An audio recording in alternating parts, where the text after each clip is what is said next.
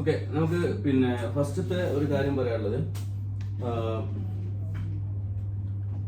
Calculation ചെയ്യുന്ന സമയത്ത് first നമുക്ക് ഒരു തമ്പ് റൂളാണ്. എല്ലാ കമ്പനിയും ഒരേ ഫോർമുലയിൽ പോലെ അല്ലേ, അപ്പോൾ ഒരേ പാറ്റേണിൽ പോലെ. അപ്പോൾ നമുക്ക് ഫസ്റ്റ് പിന്നെ കൂളിംഗ് ലോഡ് കാൽക്കുലേഷൻ അല്ലെങ്കിൽ ഹീറ്റ് ലോഡ് കാൽക്കുലേഷൻ. ശരിക്കും നമ്മൾ പറഞ്ഞു കൂൾ എന്നുള്ളൊരു വാക്കില്ല. നമ്മൾ സാധാരണ പറഞ്ഞ പോലെ തന്നെ ലൈറ്റും ഡാർക്കും എന്ന് പറഞ്ഞ പോലെ തന്നെ കൂൾ എന്നുള്ള സംഭവമില്ല. എന്താണുള്ളത്? ഹീറ്റ് എന്നുള്ള ടേം മാത്രം. ഹീറ്റ് റിജക്റ്റഡ്, ഹീറ്റ് ആഡഡ്, അങ്ങനെയാണ് സാധാരണ വരിക. അപ്പോൾ നമുക്ക് ഫസ്റ്റിലുള്ള മെത്തേഡിൽ തമ്പ് റൂളാണ്. തമ്പ് റൂളിൽ നമ്മൾ ഓൾറെഡി പറഞ്ഞിട്ടുണ്ട്. പിന്നെ 12 മീറ്റർ സ്ക്വയർ ആണ് സാധാരണ കാൽക്കുലേറ്റ് ചെയ്യുക. അതിൽ 20 to 25 വരെ മീറ്റർ സ്ക്വയർ വരാം. അതായത് ഓരോ റൂമിലെ കാൽക്കുലേഷൻ അനുസരിച്ച് അല്ലെങ്കിൽ റിക്വയർമെൻറ്റ് അനുസരിച്ച് വരാം. അപ്പോൾ ചില റൂമിൽ നമുക്കിപ്പോൾ glass area expose to sunlight, roof directly sunlight exposed ആയിരിക്കും. അങ്ങനെയുള്ള സംഭവങ്ങളൊക്കെ വരുമ്പോൾ, നമ്പർ ഓഫ് പീപ്പിളൊക്കെ വരുമ്പോൾ വ്യത്യാസം ഉണ്ടാവും. അപ്പോൾ തമ്പ് റൂൾ എന്ന് പറയുന്നത് ജസ്റ്റ് ഒരു ടെൻഡറിങ് എസ്റ്റിമേഷൻ പാർട്ടിലോട്ടാണ് ചെയ്യുക. ഓക്കെ, രണ്ടാമത്തെ മെത്തേഡ് നമ്മൾ മാനുവൽ മെത്തേഡാണ്. E20 ഫോം എന്ന് പറഞ്ഞാൽ പണ്ടൊക്കെ ഉപയോഗിക്കുന്ന മാനുവൽ മെത്തേഡ് ഉണ്ടായിരുന്നു. എസ്റ്റിമേറ്റ് 20 എന്നാണ് സാധാരണ പറയാം. ഇത് ജനറലും അതുപോലെ തന്നെ കരിയറും ഡെവലപ്പ് ചെയ്തിട്ടുള്ള കുറച്ച് സിസ്റ്റംസാണ്. അപ്പോൾ അതിൻ്റെ ഒക്കെ ഫോർമാറ്റുകൾ എക്സൽ ഷീറ്റുകൾ നമുക്ക് ഓൾറെഡി ഞാൻ ഷെയർ ചെയ്തിട്ടുണ്ടാവും. അപ്പോൾ അത് ജസ്റ്റ് നോക്കിയാൽ മതി. പിന്നെ മൂന്നാമത്തെ മെത്തേഡ് എന്ന് പറഞ്ഞത് ഈ മാനുവൽ മെത്തേഡിന് തന്നെ എക്സൽ കൺവേർട്ട് ചെയ്തിട്ട് ചെയ്യുന്ന സംഭവം. അപ്പോൾ ആപ്പ് അല്ലെങ്കിൽ സോഫ്റ്റ്വെയർ ഇല്ലാത്ത ആൾക്കാർ മിക്കവാറും ഈ എക്സലാണ് ഫോളോ ചെയ്യുക. അപ്പോൾ എക്സലിൽ നമുക്ക് കുറേ ടേംസ് കിട്ടും. അതായത് ഫസ്റ്റ് നമ്മൾ സെൻസിബിൾ ലോഡ്, ലേറ്റന്റ് ലോഡ് ഒക്കെ സെപ്പറേറ്റ് ആഡ് ചെയ്യാം. അപ്പോൾ സെൻസിബിൾ ലോഡിനെ നമ്മൾ കുറച്ചും കൂടി പിന്നെ മറ്റേ ഫാക്ടർ ഓഫ് സേഫ്റ്റി, ലോസസ്, ഇങ്ങനെയുള്ള കാര്യങ്ങളൊക്കെ സെറ്റ് ചെയ്ത് വരുന്ന സമയത്ത് അതിനെ എഫക്റ്റീവ് സെൻസിബിൾ ലോഡ് എന്ന് പറയും. Effective room sensible heat. അതുപോലെ തന്നെ ലേറ്റന്റിൽ ഇതുപോലെ തന്നെ എക്സ്ട്രാ കുറച്ച് ലീക്കേജുകളും കാര്യങ്ങളും അങ്ങനെയുള്ള സംഭവങ്ങളൊക്കെ ആഡ് ചെയ്യുന്ന സമയത്ത് അവിടെയും എഫക്റ്റീവ് എന്ന് പറഞ്ഞിട്ട് വരും. പിന്നെ ഇതിൽ നമ്മൾ ഫ്രഷ് എയർ അല്ലെങ്കിൽ ഔട്ട്സൈഡ് എയർ ആഡ് ചെയ്യുന്ന സമയത്ത് അല്ലെങ്കിൽ ഇൻഫിൽട്രേഷൻ ആഡ് ചെയ്യുന്ന സമയത്ത് അപ്പോഴും ഹീറ്റ് അഡീഷനിൽ വരും. ആദ്യം നമ്മൾ നോക്കിയത് എന്താണ്? ആദ്യം നോക്കിയത് സെൻസിബിളും ഹീറ്റും ടോട്ടൽ ആഡ് ചെയ്യുക, റൂമിൻ്റെ ഉള്ളിലുള്ള സംഭവമാണ്. അതിൽ കുറച്ച് പിന്നെ effective sensible heat, effective latent heat എന്ന് പറഞ്ഞ സംഭവം ഉണ്ടാവും. ആ സംഭവം വരുമ്പോൾ അതിൽ കുറച്ച് ഫാക്ടർ ഓഫ് സേഫ്റ്റി അതുപോലുള്ള ലീക്കേജുകൾ കാര്യങ്ങളൊക്കെ ആഡ് ചെയ്യും. ഇത് കൂടാതെ ഫ്രഷ് എയർ, ഇൻഫിൽട്രേഷൻ ആഡ് ചെയ്യുന്ന സമയത്ത് വീണ്ടും അത് മാറ്റം വരില്ലേ, ആഡഡ് വരും. ഇപ്പോൾ ഒരു എക്സാമ്പിൾ പറയാം. ഈ റൂം ആ ഗ്ലാസ് ഫുൾ ടൈം ക്ലോസ് ആണ്. അപ്പോൾ ഇൻഫിൽട്രേഷൻ വരാനുള്ള ചാൻസ് വളരെ കുറവാണ്. നേരെ മറിച്ച് ആ ഇടയ്ക്കിടയ്ക്ക് ആൾക്കാർ ഇങ്ങനെ കയറി വരുന്നുണ്ട്, അല്ലെങ്കിൽ ആ ഡോറ് ഫുൾ ടൈം ഓപ്പൺ ആണ്. അപ്പോഴൊക്കെ എന്താ സംഭവിക്കുക? ഇതിങ്ങനെ മാറിക്കൊണ്ടിരിക്കും. ഇനി ആ ഡോറ് ഓട്ടോമാറ്റിക് ഡോറാണ്, ആൾക്കാർ പോകുമ്പോൾ സെൻസർ ഉപയോഗിച്ചിട്ട് ഓപ്പൺ ആവണം. അപ്പോഴും വരുന്ന ഇൻഫിൽട്രേഷൻ അല്ലെങ്കിൽ എയർ ഇൻടേക്ക് വ്യത്യാസം ഉണ്ടാവും. അപ്പം അങ്ങനെയുള്ള കാര്യങ്ങളൊക്കെ ആഡ് ചെയ്തിട്ട് നമ്മൾ ചെയ്യുന്ന സമയത്ത് അതിനെ total grand heat, sensible heat, grand പിന്നെ ലേറ്റന്റ് ഹീറ്റ് എന്ന് പറയും. ഇതെല്ലാം കൂടി സം ചെയ്ത് വരുമ്പോൾ ഗ്രാൻഡ് ടോട്ടൽ ഹീറ്റ് എന്ന് വരും. ശരിക്കും ഒരു എസിന്റെ ലോഡ് എന്താണ് വരുന്നത്? ഈ ഗ്രാൻഡ് ആണ് വരുന്നത്. മനസ്സിലായോ? ബാക്കിയുള്ള കാര്യങ്ങളിൽ ഈ ലീക്കേജുകൾ നമുക്ക് കറക്റ്റ് ചെയ്യാൻ പറ്റും. ഇവിടെ നമുക്ക് ഇൻഫിൽട്രേഷൻ കറക്റ്റ് ചെയ്യാൻ പറ്റും. ഇവിടെ നമുക്ക് സെൻസിബിൾ ലോഡിനെ പല രീതിയിൽ സിവിലിൻ്റെയും ബാക്കിയുള്ള ഡീറ്റെയിൽസ് ഒക്കെ എടുത്തിട്ട് എന്ത് ചെയ്യാൻ പറ്റും? കുറച്ച് കൊണ്ടുവരാൻ പറ്റും. അതിൻ്റെ ഹീറ്റ് ട്രാൻസ്ഫർ കുറക്കാൻ പറ്റും. അപ്പോൾ ഈ ഭാഗങ്ങൾ മുഴുവൻ ചെയ്ത് കഴിഞ്ഞാൽ നമുക്ക് ഗ്രാൻഡ് എന്ന് പറഞ്ഞ സംഭവം കിട്ടി. ഈ ഗ്രാൻഡ് കിട്ടിക്കഴിഞ്ഞാൽ സൈക്കോമെട്രിയിൽ നമുക്ക് ഇങ്ങനെ പ്ലോട്ട് ചെയ്യാൻ പറ്റും. സൈക്കോമെട്രി ഇങ്ങനെ ഗ്രാഫ് ഉണ്ടാവുക. അപ്പോൾ room outside condition, mixed air condition, room air condition, അത് കഴിഞ്ഞിട്ട് ഇവിടെ ഒരു അലൈൻ സർക്കിൾ ഉണ്ടാവും. ഇതെല്ലാം കൂടി മാച്ച് ചെയ്തിട്ട് നമുക്ക് ലാസ്റ്റ് എത്തുന്ന ഇവിടെ ഒരു പോയിന്റ് ഉണ്ടാവും. അതാണ് സൈക്കോമെട്രിയിലെ ADP. മനസ്സിലായോ? എന്താണ് ADP? ADP എന്ന് പറഞ്ഞാൽ അപ്പാരറ്റസ് ഡ്യൂ പോയിന്റ്, അതായത് ഈ കോയിലിന്റെ ടെമ്പറേച്ചർ. ക്ലിയർ ആണോ? അപ്പോൾ നമ്മൾ ലാസ്റ്റിൽ ശരിക്കും കൂളിംഗ് ലോഡ് കാൽക്കുലേഷനിൽ എത്തുന്നത് എവിടെയാണ്? കോയിൽ ടെമ്പറേച്ചറിലോട്ട് എത്തുന്നുണ്ട്. മനസ്സിലായോ? അപ്പോൾ അവിടെ എന്തൊക്കെയാണ് വേണം? നമുക്ക് ഈ റൂമിലോട്ട് എത്ര ടണ്ണേജ് വേണം, അടുത്തത് ഈ റൂമിലോട്ട് എത്ര എയർ ഫ്ലോ വേണം. ക്ലിയർ അല്ലേ? അപ്പോൾ ഈ റൂമിൽ കോയിലിന്റെ ടെമ്പറേച്ചർ എത്ര വരുന്നുണ്ട്, ഫ്രഷ് എയർ എത്ര വരുന്നുണ്ട്, ഇതൊക്കെ നമുക്ക് എന്തിൽ കിട്ടും? എക്സലിലോ മാനുവൽ മെത്തേഡിലോ അതല്ലെങ്കിൽ ആപ്പിലോ കിട്ടും. മനസ്സിലായോ? അപ്പോൾ ഇത് സ്കെച്ച് ചെയ്ത് വരുന്ന കുറേ സംഭവങ്ങളുണ്ട്. അതിൽ നമുക്ക് പിന്നെ കുറച്ച് കാര്യങ്ങൾ ആ ഗ്രാഫ് നോക്കിയിട്ട് ചെയ്താൽ മതി. കരിയറിന്റെ ഹാൻഡ് ബുക്കിൽ എയർ ഡിസ്ട്രിബ്യൂട്ട് പിന്നെ ഫസ്റ്റ് ചാപ്റ്ററിന്റെ ലാസ്റ്റ് പാർട്ടിൽ ഇത് കൊടുത്തിട്ടുണ്ട്. ഇനി നാലാമത്തെ ഓപ്ഷനാണ് സോഫ്റ്റ്വെയർ ഉപയോഗിക്കുക. സോഫ്റ്റ്വെയർ ഉപയോഗിക്കുമ്പോൾ നമ്മൾ ഹാപ്പ് എന്നുള്ള പേര് മാത്രമേ കാണുള്ളൂ. എലൈറ്റ് എന്ന് പറഞ്ഞ സോഫ്റ്റ്വെയർ ഉണ്ട്. ചില സോഫ്റ്റ്വെയർ ഒന്നും ചിലർക്ക് അലൗഡ് അല്ല. പിന്നെ അതുപോലെ തന്നെ ഈക്വിസ്റ്റ് എന്ന് പറഞ്ഞ സോഫ്റ്റ്വെയർ ഉണ്ട്. ക്യാമൽ എന്ന് പറഞ്ഞ സോഫ്റ്റ്വെയർ ഉണ്ട്. ക്യാമൽ ഓൾറെഡി ഓസ്ട്രേലിയയൊക്കെ ഫോളോ ചെയ്യുന്ന സംഭവമാണ്. അതുപോലെ തന്നെ ഓരോ കൺട്രിക്കും ഡിഫറെൻറ്റ് സോഫ്റ്റ്വെയർസ് ഉണ്ട്. അപ്പോൾ ഹാപ്പാണ് യൂണിവേഴ്സലായിട്ട് ഫോളോ ചെയ്യുന്ന സോഫ്റ്റ്വെയർ. അതുകൊണ്ടാണ് നമ്മളിവിടെ ഹാപ്പ് എടുക്കുന്നത്. ഇനി ഇതല്ലാതെ സബ്സിഡറി ആയിട്ട് അല്ലെങ്കിൽ കൂളിംഗ് ലോഡ് കാൽക്കുലേഷൻ അല്ലെങ്കിൽ ഹീറ്റ് ലോഡ് കാൽക്കുലേഷൻ പല ഡിസൈൻ സോഫ്റ്റ്വെയറിൻ്റെ കൂടെ ആഡ് ചെയ്ത് വന്നിട്ടുണ്ട്. അതിലൊന്നാണ് റെവിറ്റ്. ഇപ്പോൾ റെവിറ്റിൽ ഒരു പാർട്ട് എന്താണ് ഈ കാൽക്കുലേഷനാണ്. അപ്പോൾ അത് ശരിക്കും അതോറിറ്റി അംഗീകരിച്ച പാർട്ടല്ല. അതുകൊണ്ട് നമുക്കത് കറക്റ്റ് ഫോളോ ചെയ്യാൻ പറ്റില്ല. നമ്മളെപ്പോഴും ഫോളോ ചെയ്യുന്നത് ഹാപ്പാണ്. കാര്യം എന്താ വെച്ചാൽ കരിയർ ഡിസൈൻ ചെയ്താണ്. കരിയർ ഒരുപാട് കൊല്ലങ്ങളായിട്ട് ഇതിൻ്റെ റിസർച്ച് സൈഡിൽ വർക്ക് ചെയ്തിട്ടുള്ള.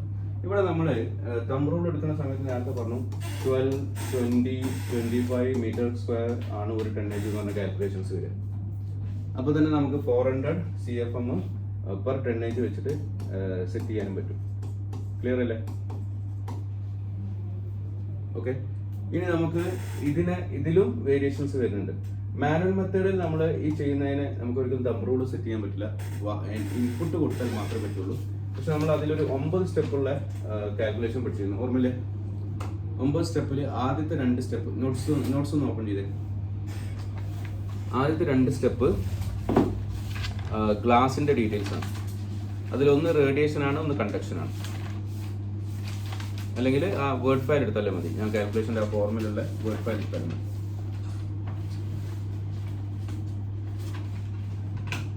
എടുത്തില്ലേ? അപ്പോൾ അതിൽ ഫസ്റ്റ് 2 സ്റ്റെപ്പ് ഗ്ലാസിൻ്റെ ആണ്. അതിൽ ആദ്യത്തെ റേഡിയേഷൻ, രണ്ടാമത്തെ കണ്ടക്ഷൻ.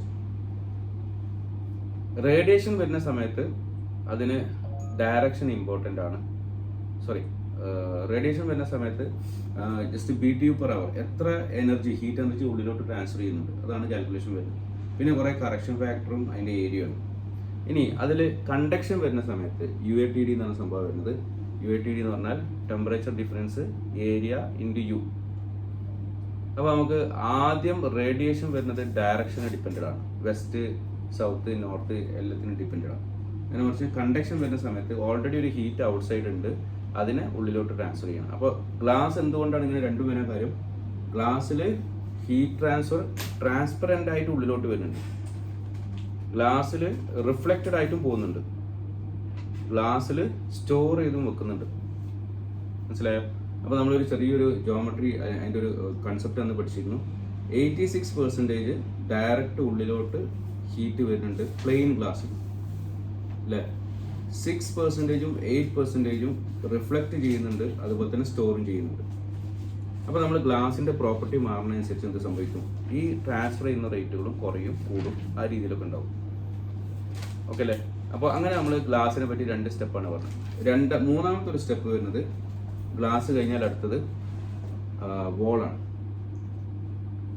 ആ വേർഡ് ഫയലിൽ നോക്കിയാൽ മതി. വേർഡ് ഫയലിലെല്ലാം ഡീറ്റെയിൽ ആയിട്ട് കൊടുത്തിട്ടുണ്ട്. ഞാൻ കാൽക്കുലേഷൻ സെറ്റ് ചെയ്ത വേർഡ് ഫയലില്ലേ, അതിലുണ്ട്. ഓക്കെ. വാളിൻ്റെ കേസ് മൂന്നാമത്തെ സ്റ്റെപ്പ് നോക്കുന്ന സമയത്ത് വാളിൻ്റെ കേസിൽ നമുക്കവിടെ ഏത് ഡയറക്ഷനിലുള്ള വാള്, ആ വാള് സൺലൈറ്റിന് എക്സ്പോസ്ഡ് ആണോ അല്ലേ, അതാണ് ആദ്യത്തെ ക്വസ്റ്റ്യൻ. എക്സ്പോസ്ഡ് ആണെങ്കിൽ എത്ര ടെമ്പറേച്ചർ? അപ്പോൾ നമുക്ക് അവിടെ ഒരു പ്രത്യേകത ഉണ്ട്. ഗ്ലാസ് എടുത്ത പോലെയല്ല വാൾ എടുക്കുക. വാളിൽ പലപ്പോഴും ഹീറ്റ് ട്രാൻസ്ഫർ ചെയ്യാൻ ടൈം എടുക്കും. ആ ടൈം എന്തിൻ്റെ ബേസിലാണ്? മെറ്റീരിയലിൻ്റെ ബേസിലാവാം, അല്ലെങ്കിൽ ആ ഡെൻസിറ്റിൻ്റെ ബേസിലാവാം. അപ്പോൾ എത്രമാത്രം ലെയർ ഓരോ വാളിനും കൊടുക്കുന്നോ അതിനനുസരിച്ച് സെറ്റ് ചെയ്തിരിക്കും. ഈ ഹാപ്പ് കാൽക്കുലേഷൻ എല്ലാവർക്കും ചെയ്യാൻ അറിയാം. യൂട്യൂബ് നോക്കിയാൽ എല്ലാവർക്കും കിട്ടും. പക്ഷേ നമ്മൾ അന്ന് ഫോളോ ചെയ്തിട്ടുള്ള കുറേ അസീസി ഡെവലപ്മെൻറ്റ്, അതുപോലെ തന്നെ ബെൽസലിൻ്റെ ഡീറ്റെയിൽസ്, ഫൽക്കനാസിൻ്റെ ഡീറ്റെയിൽസ്, ഇതൊക്കെ എടുത്തിട്ട് ചെയ്തപ്പോൾ അവിടെ വാല്യൂസ് UAE അല്ലെങ്കിൽ ഖത്തർ പോലുള്ള സ്ഥലങ്ങൾ ഫോളോ ചെയ്യുന്ന വാല്യൂസ് ഞാൻ അയച്ചു തന്നിട്ടുണ്ട്, ഒരു സ്ക്രീൻഷോട്ട്. ഇതുപോലെ തന്നെ ആശ്രയ ഫണ്ടമെന്റൽസിന്റെ കുറേ വാല്യൂസ് സ്ക്രീൻഷോട്ട് അയച്ചിട്ടുണ്ട്, ഒരു ഗ്രീൻ കളറിലുള്ള കുറേ സ്ക്രീൻഷോട്ടുകൾ. അപ്പോൾ അതിനൊക്കെ നമുക്ക് എന്തൊക്കെ കിട്ടും? ഈ വാളിൻ്റെ ഡീറ്റെയിൽസ് വരും, അല്ലേ? ഗ്ലാസിൻ്റെ ഡീറ്റെയിൽസ് വരും. ഇനി നെക്സ്റ്റ് വരുന്ന ഓരോ സ്റ്റെപ്പിൻ്റെ ഡീറ്റെയിൽസും വാല്യൂസ് കാര്യങ്ങളൊക്കെ വരും. അപ്പോൾ ആ വാല്യൂസ് കൃത്യമായിട്ടൊന്ന് നോക്കി വെക്കുക.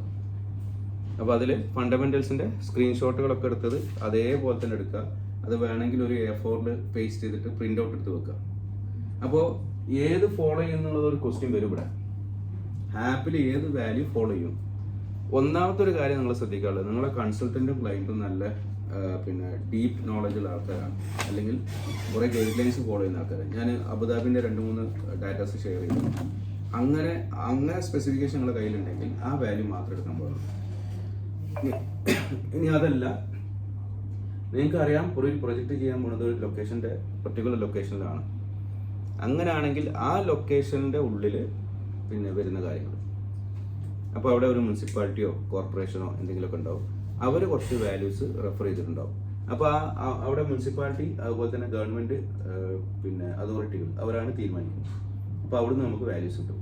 ഇനി ബൈ ചാൻസ് നിങ്ങൾക്ക് ഇതൊന്നുമില്ല, കൺസൾട്ടൻറ്റ് സ്പെസിഫിക്കേഷനും ഇല്ല, ലോക്കൽ അതോറിറ്റി റെഗുലേഷനും ഇല്ല, അങ്ങനെയാണെങ്കിൽ ഒരേ ഒരു ഓപ്ഷനുള്ളൂ. ആശ്രയൻ്റെ കുറച്ച് ഡാറ്റാസ് ഇല്ലേ, കരിയറിൻ്റെ ബുക്കും ഡിസൈൻ മാനുവൽ നമ്മൾ ഫോളോ ചെയ്യുന്ന ബുക്കുകൾ, ആശ്രയൻ്റെ ഫണ്ടമെന്റൽസിൻ്റെ ആ സ്ക്രീൻഷോട്ടുകൾ, അതൊക്കെ വെച്ചിട്ട് ഫോളോ ചെയ്യുക. അപ്പോൾ 3 കാര്യങ്ങൾ പറഞ്ഞു. ഒന്ന് ഡയറക്റ്റ് സ്പെസിഫിക്കേഷൻ, രണ്ടാമത്തത് ലോക്കൽ അതോറിറ്റി ഗവൺമെൻറ് റൂൾസ്, ഇന്ത്യയിലുള്ള CPWD, NBC, അതിലൊക്കെ ഇങ്ങനത്തെ വാല്യൂസ് ഉണ്ട്. ഇനി UAE, ഖത്തറിൽ, ബഹ്റൈനിൽ എല്ലായിടത്തും ഓരോരോ യു വാല്യൂ ഉണ്ട്. നമ്മൾ ഗ്രീൻ ബിൽഡിംഗ് റെഗുലേഷൻ അതിൻ്റെ ഉള്ളിൽ 5ാമത്തെ ചാപ്റ്ററിൽ കംപ്ലീറ്റ് യു വാല്യൂസ് ഉണ്ട്. പിന്നെ അതുപോലെ തന്നെ ബഹ്റൈൻ്റെ കുറേ ഇതുപോലത്തെ റെഗുലേഷൻസ് ഉണ്ട്. കഹ്റാമ റൂൾസ് നമ്മളെ ഖത്തറിലുണ്ട്. സൗദി ബിൽഡിംഗ് കോഡ്, അതുപോലെ ചില സ്ഥലങ്ങളിൽ പേൾ റേറ്റിംഗ് സിസ്റ്റം, അങ്ങനത്തെ സംഗതിയിലൊക്കെ കുറേ റെഗുലേഷൻസ് ഉണ്ട്. അപ്പോൾ ഈ വാല്യൂസ് ആണ് ഇമ്പോർട്ടൻറ്റ്, ബാക്കി എല്ലാവർക്കും ചെയ്യാൻ പറ്റും. അപ്പോൾ ഞാൻ നേരത്തെ പറഞ്ഞ ഓസ്ട്രേലിയ ഐറ എന്ന് പറഞ്ഞ സ്റ്റാൻഡേർഡാണ്. പിന്നെ കാനഡയിൽ അതിൻ്റെ മാനുവൽ കയ്യിലുണ്ട്, ഓറിയൻറ്റോ പേര് പറഞ്ഞു, ഒരു മുനിസിപ്പാലിറ്റി ഉണ്ട്, ആ മുനിസിപ്പാലിറ്റീൻ്റെ ഡോക്യുമെൻറ്റ്സ് ഉണ്ട്.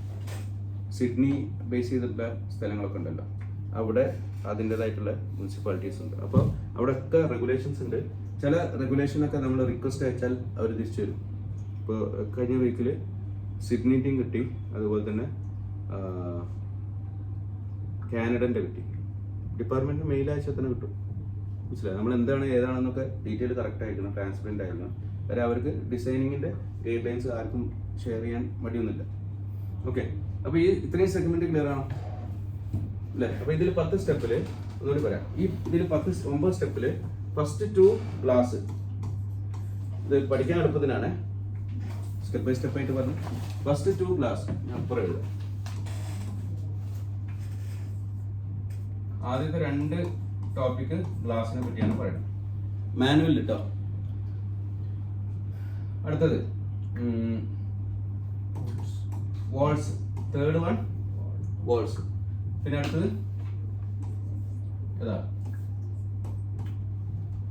റൂഫ് അല്ലേ, 4ാമത്തെ റൂഫ്, 5 ഫ്ലോറ്, 6 പാർട്ടീഷൻ.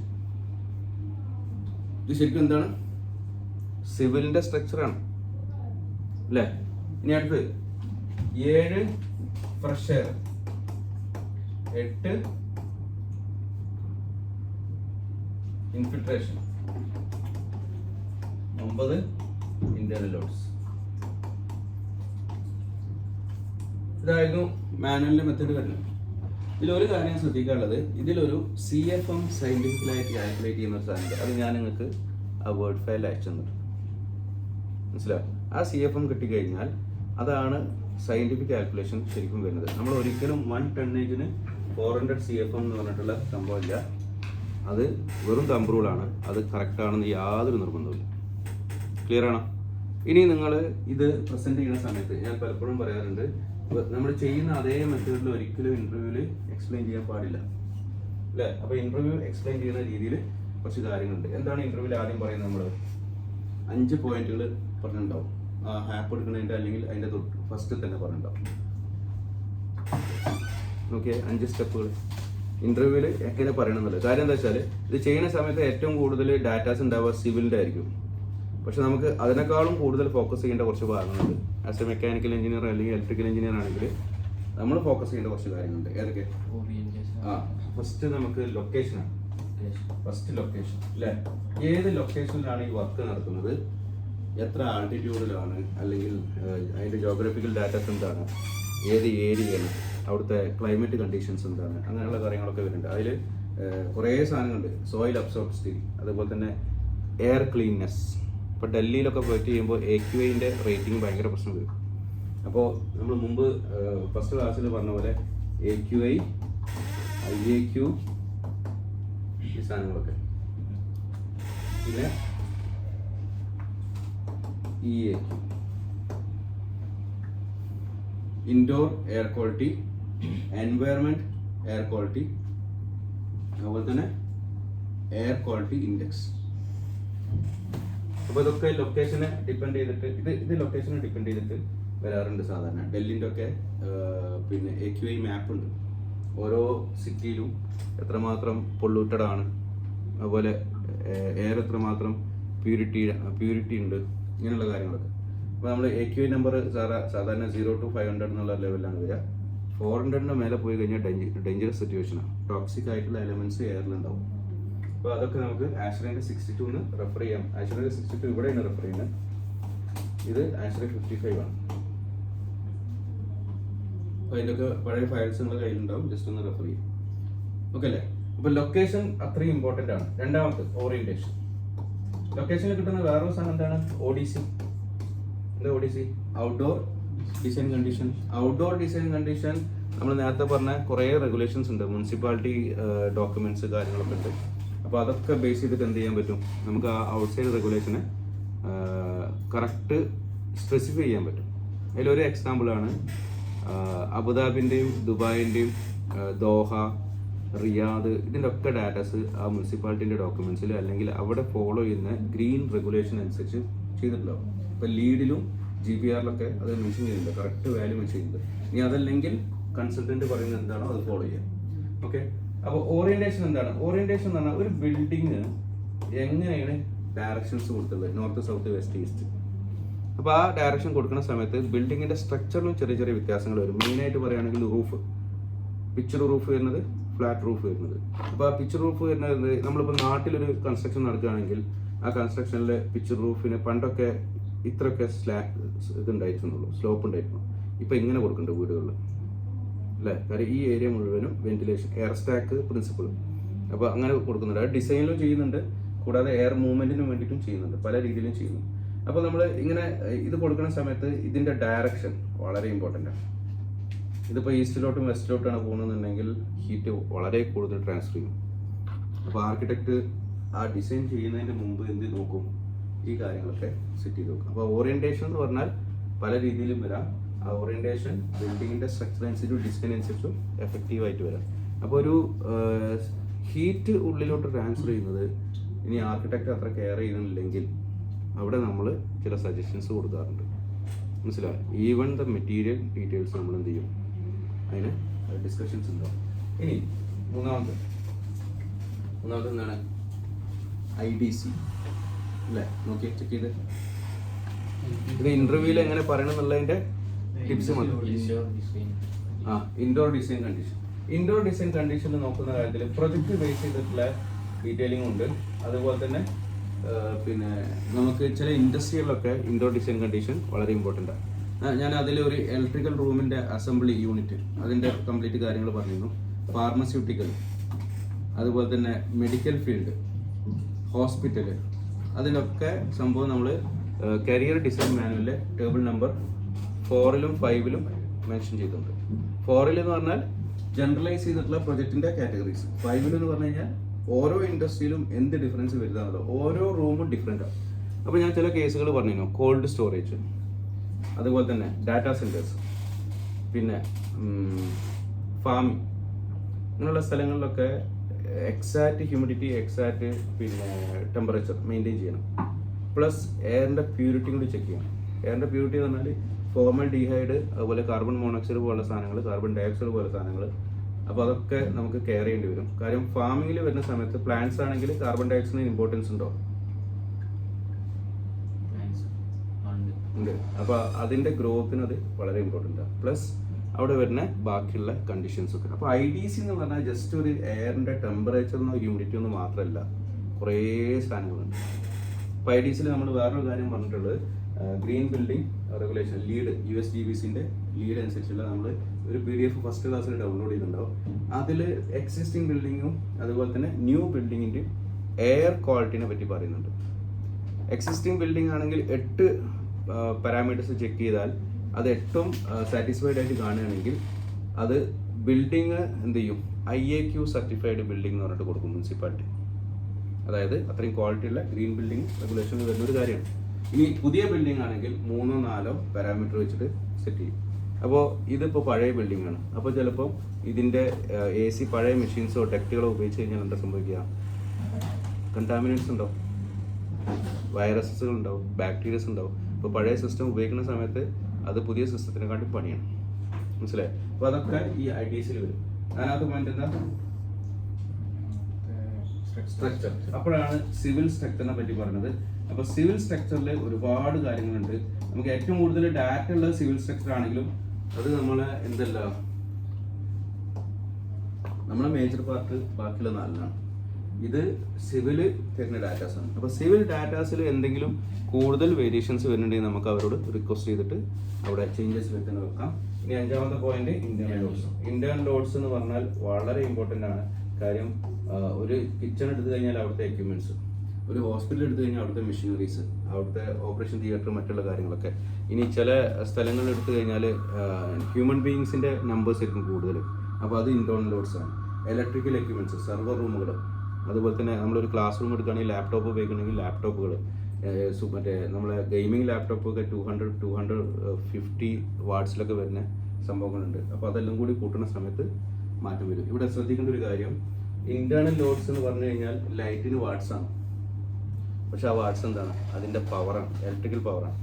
പക്ഷെ നമുക്ക് വേണ്ട വാട്ട്സ് എന്താണ്, അതിൻ്റെ ഹീറ്റ് ഡിസ്ചാർജാണ്.